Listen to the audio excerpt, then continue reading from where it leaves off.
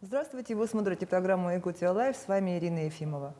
А вот уже несколько лет Якутия занимает лидирующие позиции по льготному кредитованию в Дальневосточном федеральном округе и в целом по стране. Различные федеральные программы, которые помогают якутянам приобрести недвижимость по льготной стоимости, но и вообще ипотечные программы очень востребованы в регионе.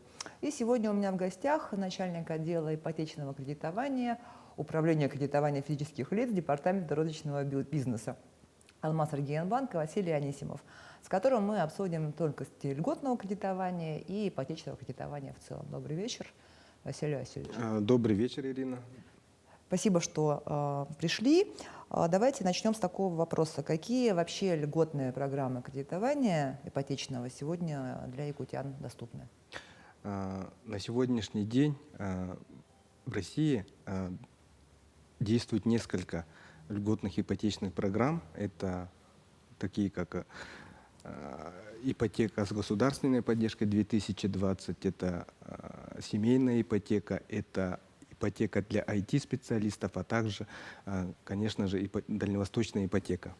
В нашем банке, Алмаз Регионбанке, возможно оформить ипотеку для IT-специалистов и дальневосточную ипотеку. По другим программам государственной поддержки вы не работаете? Пока не работаем. Ну хорошо, мы работаем в прямом эфире. Задать вопрос можно позвонить в студию по номеру 841 12 42 14 39 или отправить сообщение в Телеграм на номер 8 914 235 0502. Ну, давайте начнем, может быть, с ипотеки для IT-специалистов. Она более редкая, но про дальневосточную мы все слышали. Вот. А вот для IT-специалистов это что? Ипотека для IT-специалистов – это новая программа относительно, которая была введена в прошлом году. Она предназначена для поддержки IT-отрасли. Это специальная ипотека для сотрудников IT-компаний, которые аккредитованы Министерством цифрового развития Российской Федерации. Для них есть собственные требования, есть собственные условия. Например, ипотеку может оформить сотрудник IT-компании, которому не более 50 лет и которому официальная зарплата в нашем регионе не менее 75 тысяч рублей.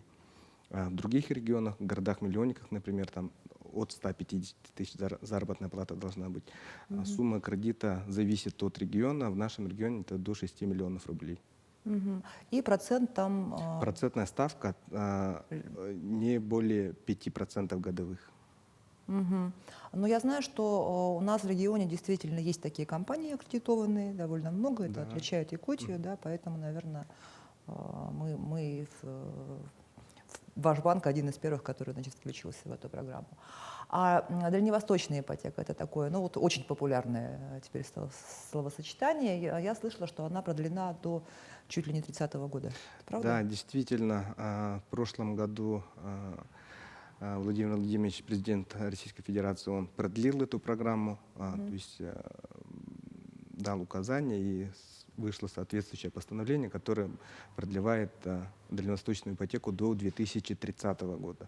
Ранее срок этой программы был до конца 2024 года, теперь этой программой можно будет воспользоваться до конца 2030 года. И там процентная ставка 2%. Да, процентная ставка, как постановлением правительства Российской Федерации, установлена не более 2% годовых. Ну и воспользоваться ей могут те жители Дальневосточного округа, в том числе Якутии, которым нету 35 лет. Есть несколько целевых аудиторий, так скажем, этой программы. Первое – это молодые семьи, которым не более 35 лет включительно, одинокие родители, которые воспитывают ребенка не старше 18 лет включительно, и не старше 35 лет. Владельцы дальневосточного гектара, медицинские работники, педагогические работники, а также новая категория – это граждане Российской Федерации, которые вынужденные переселенцы с Украины и жители новых 4 регионов Российской Федерации. Ага. Они могут приобрести здесь, ну, которые сейчас проживают на Дальнем Востоке, они могут воспользоваться дальневосточной ипотекой. Чтобы приобрести жилье здесь, на Да, Дальнем да, Востоке. совершенно верно. Мгм. И для них ограничения по возрасту не Для них действуют. ограничения по возрасту действуют только для молодых семей, для всех остальных категорий ограничений по возрасту нету. Это Врачи, врачи, медики, учителя. да, учителя, Мгм.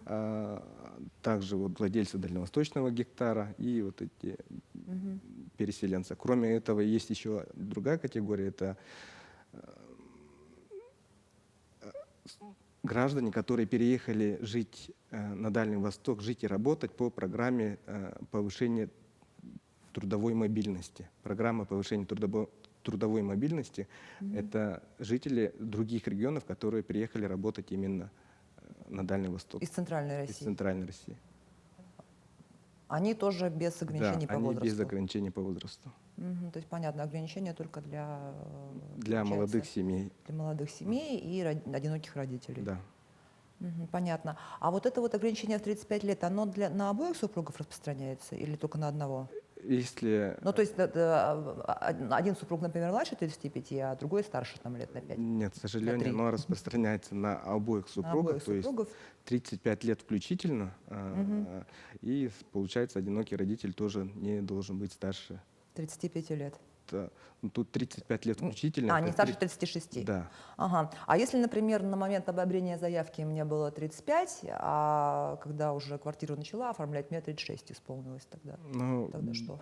если вы на момент одобрения вам было 35, и, например, допустим, через месяц исполняется 36 лет, то есть вот за этот месяц вам необходимо уже подписать кредитный договор. То есть кредитный договор должен быть подписан до исполнения, достижения 36 лет. Других тонкостей нету. Мгм. Ну, а учителя и врачи, получается, просто должны работать, ну, иметь документы с места Да, работы. В бюджетном учреждении должны для работать. медицинских и педагогических работников есть основное требование — это стаж работы в муниципальном либо государственном учреждении не менее 5 лет именно на Дальнем Востоке. То есть этот стаж может быть перерывным, оно считается по трудовой книжке. Главное требование — это не менее 5 лет и в настоящее время работать вот именно медиком либо педагогом. Мгм. А какой должен быть минимальный первоначальный взнос? Первоначальный взнос по дальневосточной ипотеке не менее 15% от стоимости недвижимости. Мгм. А, ту- Это зависит от условий банков, которые установлены. В нашем Мгм. банке это не менее 15%.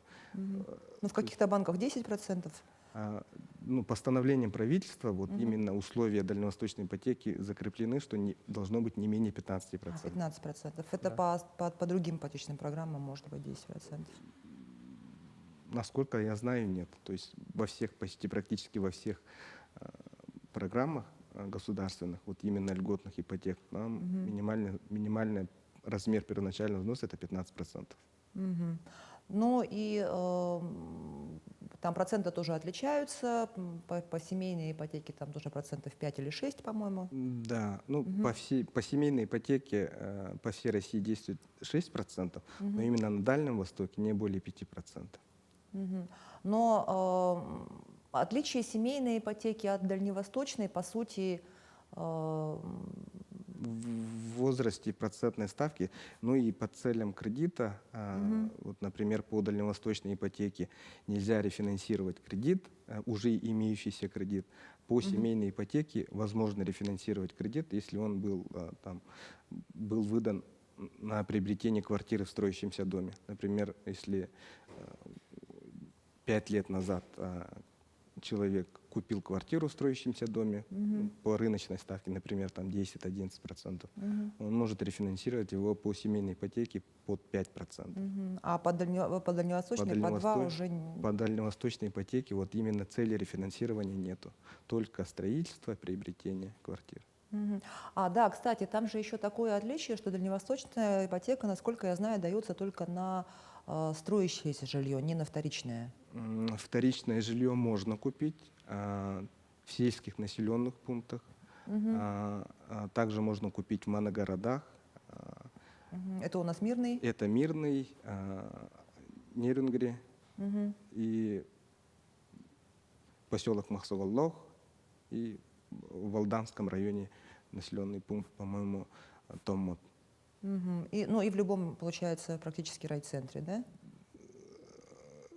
Ну, в райцентре там зависит от классификации этого населенного пункта. Должно быть именно обязательно сельский населенный пункт. Не поселок городского типа, а именно сельский То населенный есть в пункт. Покровске не получится? В городе Покровске, да, купить квартиру на вторичке нельзя. И в Нижней Бесяче, наверное, тоже нельзя. Да, потому что это поселки городского типа. Ну, классификация у них другая. немного. Понятно. Ну и в городе Якутске, соответственно, тоже можно по дальневосточной именно ипотеке купить только в строящемся. На вторичке, если дом уже сдан, и застройщик сам продает эти квартиры по договорам купли-продажи, то возможно купить. Ага. То есть только у застройщика? Да, только у застройщика. Либо на этапе застройки, Да, либо на этапе либо застройки. в Да. построившемся доме у застройщика, Да. но не, ну, получается, Ну, не не у физлица, да. вторичным покупателем. У физлица можно купить земельный участок в Якутске и построить на нем жилой дом. И под это строительство взять Да, дальневосточную ипотеку тоже можно? Да, можно. А вот владельцы дальневосточного гектара, если берут дальневосточную ипотеку, они ее берут на именно строительство вот на этом Да, гектаре? Для этой целевой аудитории, вот для владельцев дальневосточного гектара определена только одна цель – это строительство жилого дома на этом дальневосточном гектаре. Ну, то есть так не получится. Я взяла дальневосточный гектар там где-то в Улусе землю, а хочу взять ипотеку на строительство квартиру в Якутске. Да, Не купить получится. квартиру нельзя будет. Понятно. А почему банк может вот еще снизить ставку и кому-то дать ипотеку дальневосточную ту же за 1,7% Ну, годовых? тут зависит от банков. Вообще постановлением правительства установлено, что ставка должна быть не более 2% годовых, но банки используют для привлечения клиентов некоторые дисконты. Для зарплатных клиентов, для зарплатных например, клиентов, да. для оформления через Дом-клик, что-нибудь такое, да? Есть такое. Но у вас тоже для зарплатных клиентов есть Да, для наших зарплатных клиентов и если используют некоторые услуги нашего банка, то ставка меньше 2%. А стандартная ставка по ипотеке у вас? Рыночные ставки, они варьируют. Базовая ставка от 10,5% годовых у нас. Это рыночные программы. Ну, обычные. Да, То есть это обычная ипотека, которую можно взять там на покупку вторичного жилья, в смысле жилья на вторичном рынке, да, и там либо на жилой дом, либо на что угодно. Вот я еще недавно слышала, что какие-то должны быть льготы по ипотеке для участников и мобилизованных в зоны специальной военной операции. Не было такого? Ну, вообще государством такие меры государственной поддержки для участников специальной военной операции должны предусмотреть, но пока еще никаких таких отдельных программ для них еще не введены. То есть они просто разрабатываются, Да, видимо, пока еще. разрабатываются, там продумываются некоторые моменты. Но я думаю, в скором времени в виде каких-то, возможно, опций для действующих программ ведут, либо там отдельную программу сделают. Вот такой еще вопрос. Можно ли использовать как первоначальный износ материнский капитал? Да, материнский капитал можно использовать как средство оплаты первоначального взноса, как по дальневосточной ипотеке, как и по рыночным программам нашего банка. По любой. А вот тут еще такая вещь, если покупаешь квартиру в ипотеку за материнский капитал, то нужно выделять долю ребенку только после того, как выплатил кредит, или это можно в процессе сделать, вот когда квартира в ипотеке еще или дом? Вообще выделение долей детям при использовании материнского капитала, оно обязательно, но не обязательно во время выплаты кредита, всего срока кредита. То есть его можно сделать после того, как полностью выплатите кредит, выделить доли детям. Для этого подается обязательство, нотариальное обязательство в пенсионный фонд. Мгм. А вот можно ли это сделать, пока квартира еще в ипотеке? Через банк? Но это зависит от банков. Банки в любом случае готовы рассмотреть любое заявление клиента, и можно попробовать подать заявление, и уже банки сами Но вот в вашем примут банке, решение. в вашем банке делается такое? Да, мы принимаем заявление, рассматриваем, принимаем решение. Это все индивидуально. Мгм. А вот может ли банк поднять ставку для клиентов, которые воспользовались какой-то программой льготной? Ну вот по дальневосточной ипотеке есть, Какие-то штрафные санкции да, там? есть моменты увеличения процентной ставки. Вообще, именно по дальневосточной ипотеке постановлением правительства предусмотрены два момента, когда можно повысить ставку до предельной, то есть до рыночной ставки. Это получение второй дальневосточной ипотеки, если каким-то образом клиент смог получить вторую дальневосточную ипотеку. То есть ее можно только одну получить? Только один раз можно получить, да, поэтому такие штрафные санкции. Нет, а если, например, один раз вот получил муж, а другой раз жена? Но если они состоят в браке, то они оформляют одну ипотеку вдвоем. А если, например, у жены или там у мужа до брака была ипотека, и вот они в брак вступили, и там муж взял новую ипотеку? Дальневосточную ипотеку? Дальневосточную. Нет, к сожалению, так не получится оформить. Если человек взял как одинокий родитель, например, дальневосточную ипотеку один раз, потом, Да, потом вышла замуж и... да, и второй раз он не сможет его оформить. Если даже оформит, то Вот в этом случае будет, в этом случае, да, могут будет повысить повышение ставки. до рыночной. Да, до рыночной. Это до 10-10,5 примерно. Это зависит от ключевой ставки.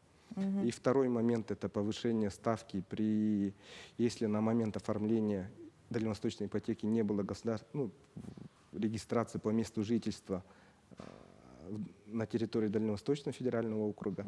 И после постройки дома, либо там, получения квартиры в собственность не прописались в установленный срок. Это 270 дней.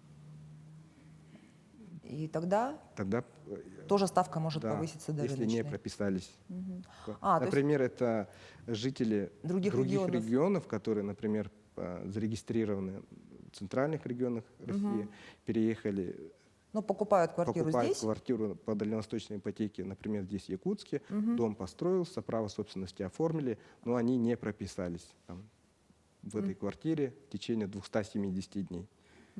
Если они не пропишутся, то ставка повысится.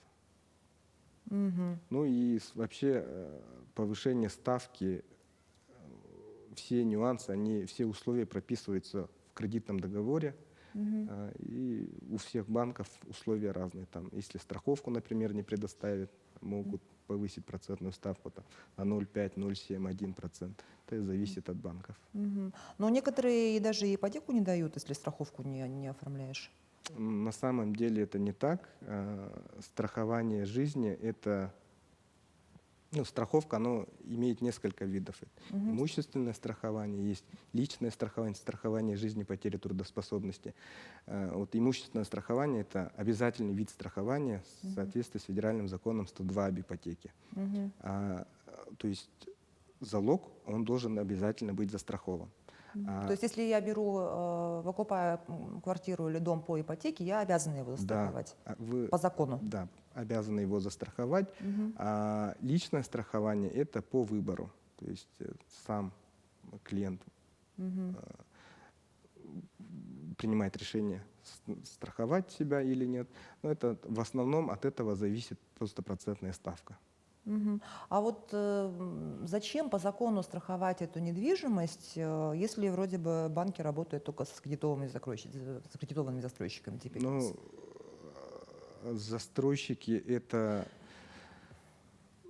Вы имеете в виду строящиеся дома, да? Да, То строящиеся жилья. Страхование, имущественное страхование, оно необходимо только для уже построенной квартиры. А когда вы уже его приобретаете в собственность, вот тогда его надо страховать. На стадии строительства его страховать не надо. То есть оно только после постройки дома необходимо. Мгм. А вот что такое эскроу-счет? Зачем он нужен?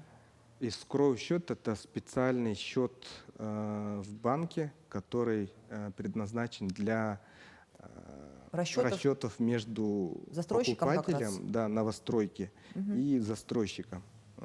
Ну, основная цель — это гарантия безопасности покупателя. Вот, То есть это та самая страховка от так называемых этих обманутых дольщиков, да? да, совершенно верно. То есть это новый, относительно новый механизм. Ранее таких escrow счетов не было. То есть, грубо говоря, деньги мои попадают не напрямую к застройщику, а Да, они на попадают на escrow счет, и застройщик их получит только после того, как построен введет, дом. да, дом в эксплуатацию. Уже с этого счета. Да, с этого счета. А какая кредитная история у человека должна быть, чтобы получить ипотеку? То есть вот говорят, что если ты гасишь досрочно кредиты и ипотеки, то ты не очень выгодный клиент. Правда это или нет? Ну, вообще, кредитная история — это один из самых основных критериев, на которые обращают внимание банки для вот, выдачи вообще любых кредитов, не только ипотеки. На то, что человек получил кредит и погасил его досрочно, то это невыгодно для банка клиент, то это не так. На самом деле для банка важно, чтобы клиент погасил кредит в срок. Главное, главное Да, чтобы просрочек не было, главное, да? чтобы не было просрочки. Вот просрочки, они действительно портят кредитную историю. И их нельзя допускать, чтобы не испортить себе историю. Мгм. И вот еще есть такой миф, не миф, что как бы выгодно брать ипотеку с небольшим платежом, но лучше гасить вперед, якобы вот эти деньги тогда пойдут точно на тело кредита, а не в проценты. Это действительно так или нет? Ну, Ну, то есть, вообще, грубо говоря, вот я могу платить, например, 40 тысяч в месяц, вот, но я специально беру ипотеку с платежом в 20 тысяч в месяц, и 20 тысяч в месяц плачу вот, да, как бы так, досрочно. да, Это более выгодная стратегия или да, нет? конечно. Если для человека комфортно платить 40 тысяч в месяц и э, оформить ипотеку лучше на больший срок, ежемесячный платеж не будет являться нагрузкой для бюджета семьи. И если есть То есть, свободные средства для того, чтобы гасить частично досрочный кредит, лучше это делать каждый месяц, если возможно, и сокращать при этом срок кредита. Чем меньше вы платите, тем меньше переплата. ага. То есть это выгоднее, чем взять ипотечный кредит с платежом в 40 тысяч. Да, совершенно верно. Да? Это, ну, нагрузка на бюджет будет меньше, вдруг какой-то месяц там не хватит 20 тысяч или там что-то случится, например, на больничный уйдете и так далее. И в этот момент можно будет вот комфортный платеж 20 тысяч, он, можно сказать, что спасет бюджет. Мгм. И вот такой еще вопрос от зрителя. Дальневосточная ипотека на строительство дома. Какие условия? В нашем банке дальневосточную ипотеку возможно оформить на строительство жилого дома как на собственном участке, так и на приобретаемом участке. Кроме того, можно построить либо собственными силами, либо прибегнув к услугам подрядчика. Если человек хочет построить своими силами, в этом случае необходимо предоставить дополнительный залог. В отличие от других банков, мы, если строительство ведется подрядчиком, мы не просим предоставить дополнительный залог либо поручителя. Если подрядчик у нас аккредитован, можно построить только без дополнительного обеспечения жилой дом на собственном либо на приобретенном участке. А вот, допустим, если такая ситуация, квартира стоит 9 миллионов, и можно ли взять, например, 6 миллионов по льготной ипотеке, а оставшиеся 3 уже по рыночной стоимости, или так не делается? Вообще такой, так скажем, симбиоз программ, он практикуется в центральных регионах, но этой опцией обладают только две программы. Это господдержка 2020, льготная ипотека, и семейная ипотека. По дальневосточной ипотеке, к сожалению, таких опций нету. Льготную ипотеку, например, вот господдержку, либо семейную ипотеку оформить максимальную сумму кредита и по рыночной программе того же банка оформить Добрать как бы остальное. дополнительные деньги. Но, тем не менее, у вас, я знаю, есть так называемая ипотека без первого взноса, то есть, ну, грубо говоря, кредит под имеющееся жилье. Это же и есть ипотека без первоначального взноса, я правильно понимаю? Да, есть продукт кредит под залог недвижимости, по которому можно предоставить банку залог уже имеющейся недвижимость и получить кредитные средства на там, практически любые нужды. То есть не обязательно даже на строительство их Да. направить. Мгм. Так, вот еще один вопрос. Я живу в Якутске с семьей, а моя младшая сестра поступает учиться в Владивосток. Можем ли мы оформить ипотеку на покупку недвижимости там? Имеется в виду дальневосточную ипотеку? Ну, видимо, да. Да, дальневосточная ипотека вообще распространяется на все населенные пункты Дальнего Востока, в том числе и Владивосток.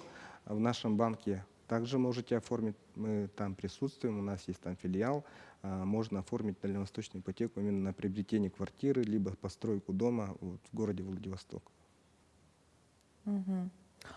А какие документы вообще нужны для того, чтобы ипотеку оформить? Давайте все перечислим. Ну, Любую ипотеку. да, чтобы оформить любую ипотеку, это основное, это справка о доходах, паспорт, копия трудовой книжки. Некоторые банки уже не просят, мы в том числе, но мы просим для вот, подтверждения стажа по медикам и педагогам. СНИЛС, ИНН, ну и свидетельство о заключении брака. Вот для подтверждения вот именно целевой аудитории по дальневосточной ипотеке. Для молодой семьи это свидетельство о заключении брака, для одиноких родителей это свидетельство о рождении ребенка. И вот как вообще, какие этапы нужно заемщику пройти? Вот я пришла с этими документами в банк. Ну, вообще, да, необходимо получить сначала консультацию у специалиста. Он поможет вам рассчитать сумму кредита, подобрать оптимальный срок кредита. Далее уже подаете заявку в банк, ждете решения. После того, как вам дадут решение, у вас будет некоторое время для поиска объекта недвижимости. В нашем банке это 3 месяца составляет, то есть положительное решение действует 3 месяца. И в течение 3 месяцев находите объект, предоставляются документы на объект недвижимости, банк его согласовывает, выходим на кредитную сделку, потом регистрация ипотеки и уже получение кредитных средств и И с того момента уже начинается. Да, и перечисление уже продавцу или застройщику. И вот знаете, дальневосточная ипотека, она вообще спровоцировала такой большой рост цен на недвижимость, в Якутске в частности. Вот. При этом ставка на обычную ипотеку существенно выше, в разы выше. Вот интересно, как часто люди берут вообще дальневосточную ипотеку в соотношении к обычной, или обычная ипотека тоже подросла? Ну, вот, если смотреть статистику, аналитику, в этом году, вот за последние 3 месяца, было выдано около 10 миллиардов рублей ипотечных кредитов по республике. Из них около 2 миллиардов это только дальневосточная ипотека. То есть 1/5 часть практически, да? Да, примерно 1/5, 1/3 часть это льготная ипотека. А IT-ипотекой уже кто-то пользуется? Да, IT-ипотекой пользуются, но не так популярно, как дальневосточной ипотекой. Ну, потому что, наверное, просто Да, меньше круг тех, кто может ей воспользоваться. Да, наверное. Вообще, в целом, рост цен, он вот льготная ипотека — это вообще механизм рыночной экономики, там, где больше спрос, вот льготная ипотека, она вся вот, и он охватывает большой спектр населения, и он произвел такой резкий скачок цен, вот именно начиная с 2020 года. Мгм. А, И вот еще, значит, вопрос. Моя подруга живет в другом регионе, хочет перебраться сюда.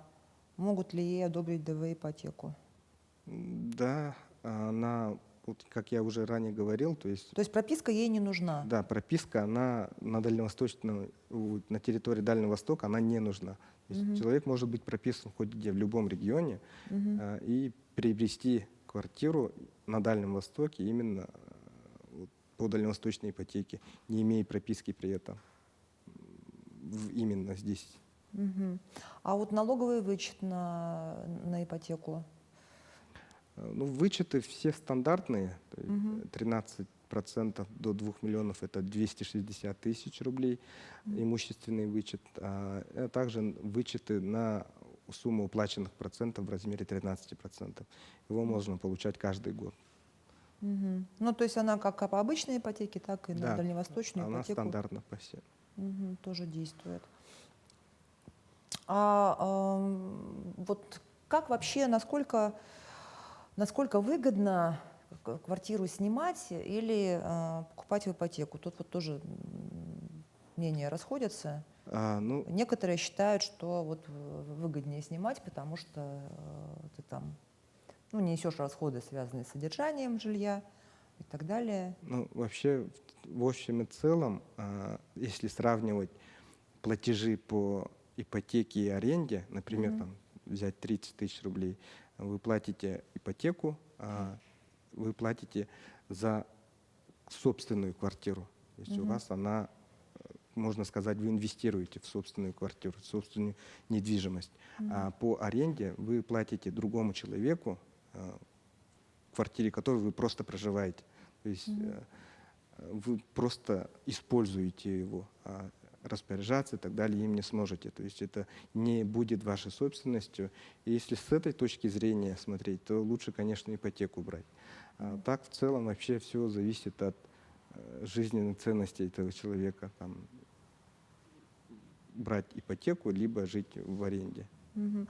Ну и вот еще есть такое мнение, что материнский капитал не стоит вкладывать в жилье, потому что потом невозможно, очень сложно его продать.